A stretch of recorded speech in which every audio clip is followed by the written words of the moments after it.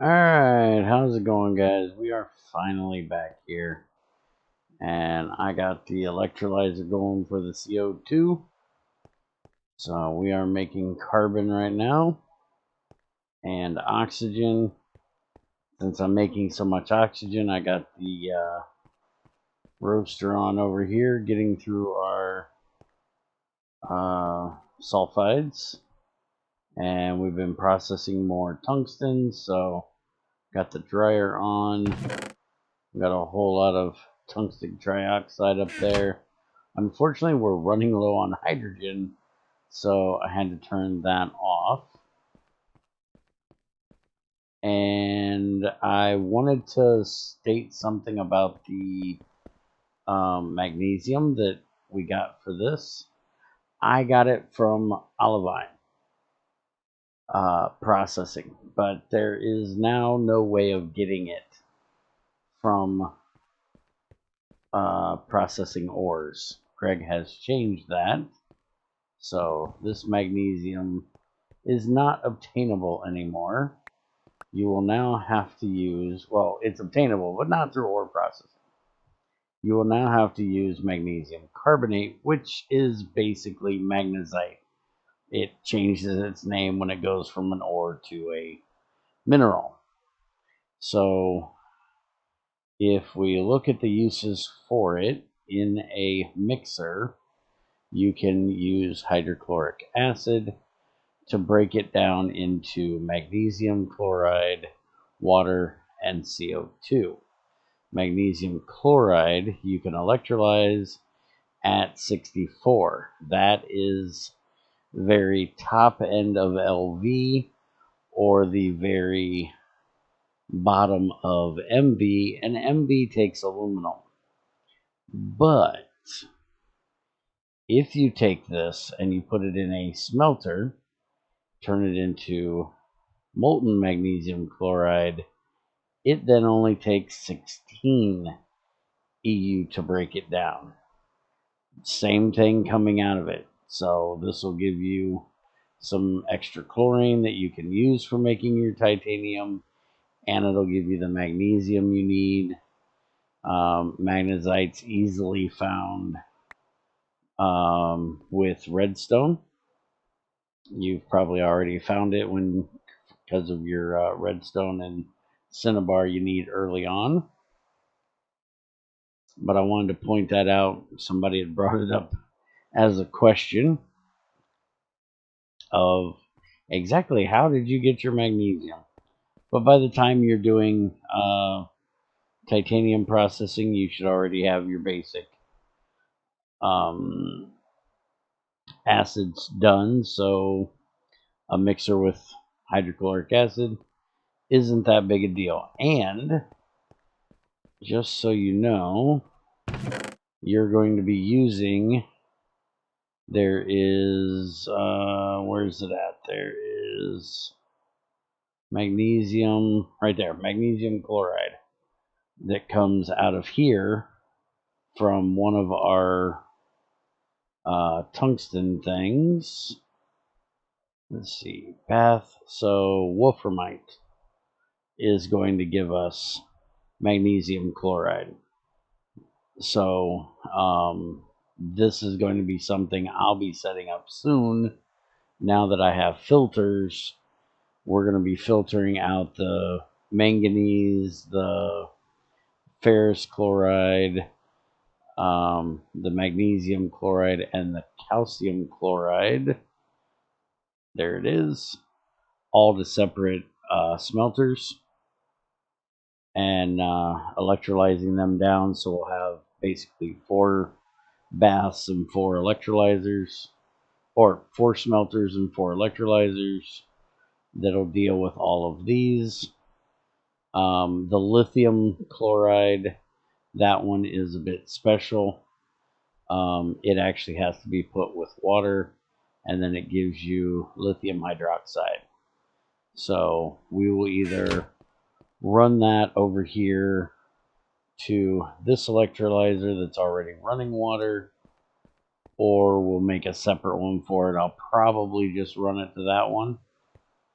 because it's the same as when we ran salt in there. But that lithium hydroxide is going to be kind of a special case, but we'll get into all that stuff later. Let's get into making plastic. So we have a mixer here, and for making plastic, that is what we need. We're going to need one of those magnesium chloride dust, which is a catalyst. It does not get used. We are going to need titanium tetrachloride, which we only need 1 unit of. And then we need propylene or ethylene. And we need 100 liters of each with only 1 liter of this. So from the amount that we do here, which let's go look at the rutile, we get, see, the actual recipe we're doing is like that. So you get 5,000 liters out of it. So you'll be able to make 5,000 plastic with 1 amount of titanium that you're basically losing from this. But you'll also be losing the magnesium, the chlorine that's in it too. So you'll have to make sure you have a little bit of extra chlorine in here. We have 26, so that's not a problem. We're going to go ahead and turn this on and run it, except we are going to take that off and put it over here, and we are going to connect it there. Let's go ahead and turn this on, light that up, and now it's going to go ahead and run our rutile and our petroleum coke, which I have not automated over here yet, but that's all the rutile we have currently. And we're going to use this run for our plastic setup over there. Now, while we're here, I grabbed some ilmenite because I wanted to let you know about this. This is a recipe you should use if you want to do a loop for your titanium, because if you bathe it in sulfuric acid, you're going to get your rutile out, and then green vitriol, which can be electrolyzed with some water, and it'll give you your iron. But if you do it in the burning mixer, you're going to get ferric chloride out, which is going to contain some of your chlorine. So this will not be a closed loop. So if you want to send your chlorine out from here, which is where the chlorine comes out of, if you want to send that out to the tank and then just pipe in chlorine to here, then it won't be a problem. But if you want a closed loop, you're going to want to do mainly rutile in the beginning, and then when you set up your vitriol processes, which we'll be doing here shortly, then run your ilmenite in through there. But I just want to make sure you're aware of that. So now we have 30,000 liters of titanium tetrachloride, because that does more than one at a time. So we have plenty. So we are going to mixer fluids go in from the top. I'll pop that up there, and we'll do that, which we didn't actually have to do because the machine would pull it from it. But now we'll go ahead and hook that back up. So then when we get some more chlorine in here, which I'll have to make and get in there because we're currently out. Probably going to run that lithium to do it, actually. All right, so the next thing we need is we need one of the magnesium chloride. So let's go grab that. Now the one bad thing about this is that's going to leave to where you're going to have an odd amount. If we look at the uses for this in the smelter, and so 432 liters, which is 3 units, breaks down to give you 1 magnesium and 2 chlorine. So when you look at how you get this in the bath, you get 3 out of it. That's molten magnesium carbonate. That is the magnesite. So you can mix salt with molten of that, and you get magnesium chloride and sodium carbonate. But that's still giving you 3. So either way, you're going to have 2 of these sitting around that you can't really do anything with. So there we go. Now the last thing we need for our plastic, which is the more complicated part actually, is propylene or ethylene. And for that, we are going to need either a catalytic cracker or we're going to need a steam cracker. Now, the big difference here is the catalytic cracker takes platinum, does not consume, it's just a catalyst. It's going to take hydrogen, only 100 liters, so it's not too bad. And then petrol and fuel. Now the thing is, you're going to use 100 liters of petrol or fuel, but you're only going to get out 30 liters of ethylene, 20 liters of propylene, or 40 liters of ethylene and 10 propylene. So if you're going to do the catalytic cracking, I would suggest the fuel, because you're going to get 40 of one, and that'll be the one that you use. There is a burn value for the propylene, so if you wanted to, you could burn it, or you could set up a second mixer that does the other one. You don't want to put both of these into this mixer, because if you get a odd number, so like if you had 110 in here and it ran, you'd have 10 left. It wouldn't run the 400 of the other one you have until you got rid of that 10 that was left over.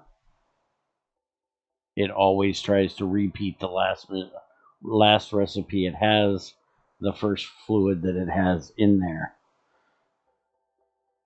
So I will be separating the two out, but I'm not going to be using a catalytic cracker for mine. I'm actually going to be using a steam cracker. Now, it takes a little bit more setup. You need a boiler to make your steam. Good thing about it is once you get to electricity, you can take out the burning box, put in a heater, easier controlled. But with this, we're going to put in 100 butane or 100 propane, and we're going to get out 3 propylene, but 78 ethylene, or 19 propylene and 42 ethylene. So we want to use butane, because we're going to get 78 ethylene out of 100 butane. And then we'll also end up with a little bit of methane and a little bit of hydrogen and, the propylene. So this is the one we're going to be doing. So downstairs, I have already set up a boiler. We want a nice slow amount of steam, so we have right here a Invar boiler with a gas burning box just about right under our mixer, off to the side just a little bit. And we're going to go outside.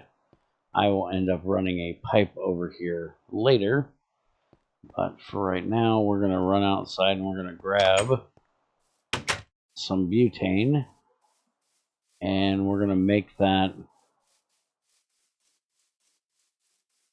steam cracker, and we're going to get this running.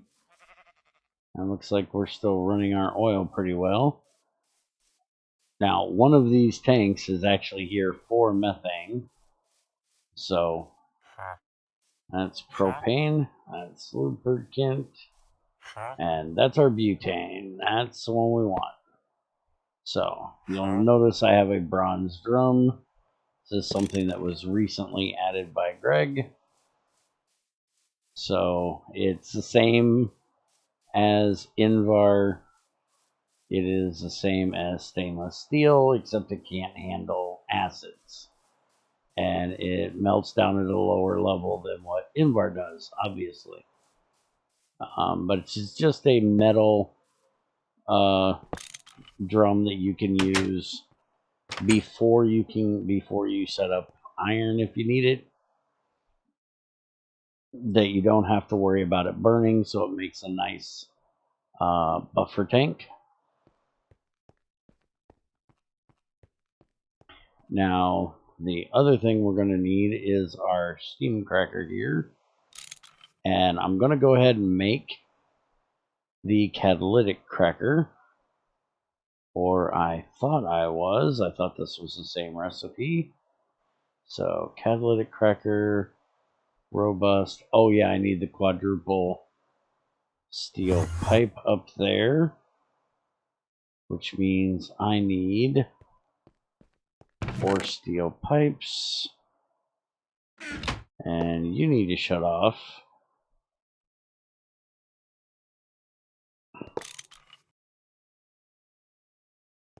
I thought I already had these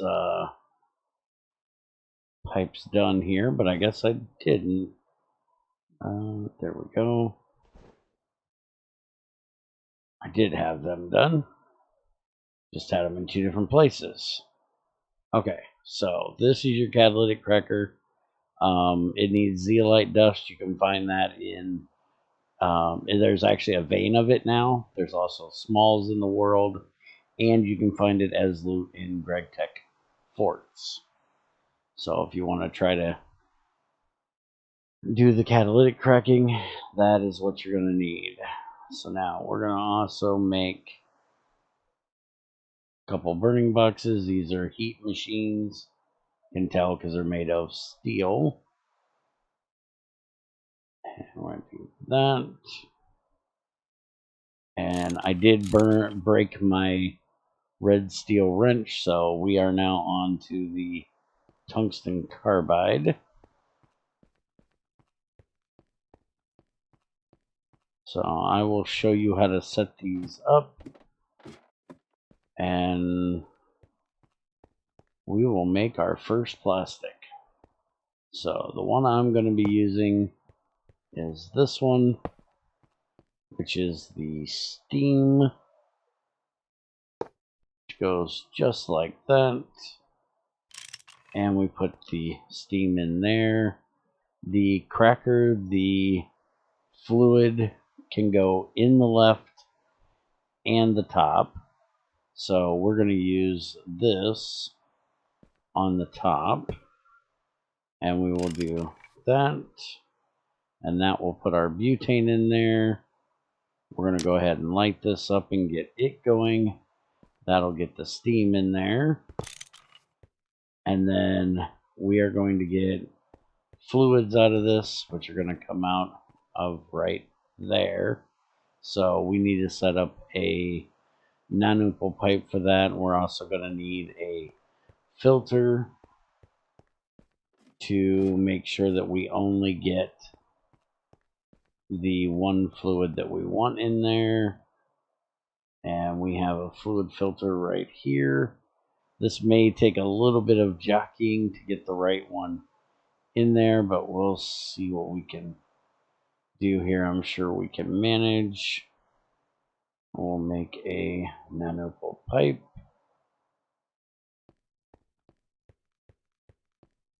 All setups, when you're trying to filter things, take a little bit of jockeying fluids around. Luckily, I have a place to put most of my fluids. Just want to put that there. Now for the catalytic, it's exactly the same thing. I'm going to go ahead and put this one backwards so it'll output the same place. But if you were going to be running this, you would need the platinum in there, and then you'd have to pipe in hydrogen and your butane. So that is your catalytic cracker. They both need heat in the bottom to run. Now, I will suggest that you put a gibbelometer on the boiler. That way, when it gets a little bit too much pressure, you can send a redstone signal out and turn it off. If you're going to be trying to let this run for any amount of time, I am not going to be doing that. Mine is going to get lit and ran as soon as it gets steam, which it has, and it's running. And as soon as that thing starts ticking over in the green, we will turn it off. You can see we're getting a lot of it in there. Okay, so we're actually done. We have ran through all of the butane we had. So we're going to shut them both off. And like I said, I'm going to pipe the butane in here later. Alright, so now we need to open that up. And you'll see we have hydrogen, methane, ethanol, ethylene, and propylene in there. And all of them can go into here one at a time. Oh, that only took 1,000 of the butane. Okay, so it can't go in there. Can go in here, though. Let's put that there. Alright, so there's our hydrogen. We're going to go dump that. Which, if you ran both of these, you could run the hydrogen from one over to the other. Which we're not going to be doing. We need, yeah, this is the hydrogen, I think. That's oxygen. That's chlorine. That's hydrogen. We can double check just to make sure. Yep, there's hydrogen. Alright.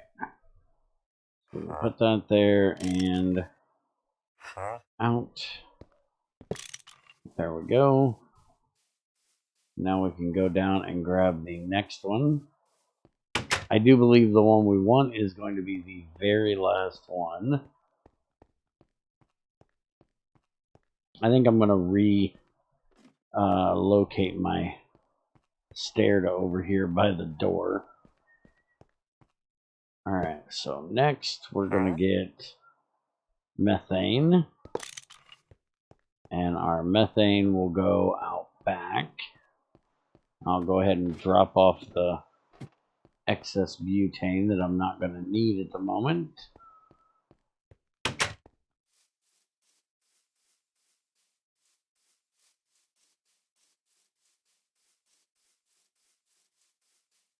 I don't know if any of you guys are watching the streams that we're doing on the server, but if you are, we are actually almost caught up to where we are here. We just got done making plastic.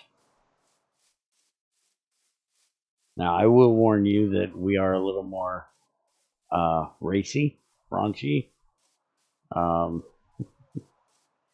So if you enjoy this one, but don't enjoy some adult humor with it, you may not want to check out those streams, but if so, you can come and join us and watch Crazy and XAR and I and all of the patrons having fun and playing a bit of GregTech. Alright, so mixer, and we wanted to use the ethylene, correct? Yes, because we get 42, or no, we get 78, so that's the one we want to use. So we're going to actually open this straight up, and we're going to put it there. We're going to give that a tap, and we're going to run the pipe right up there.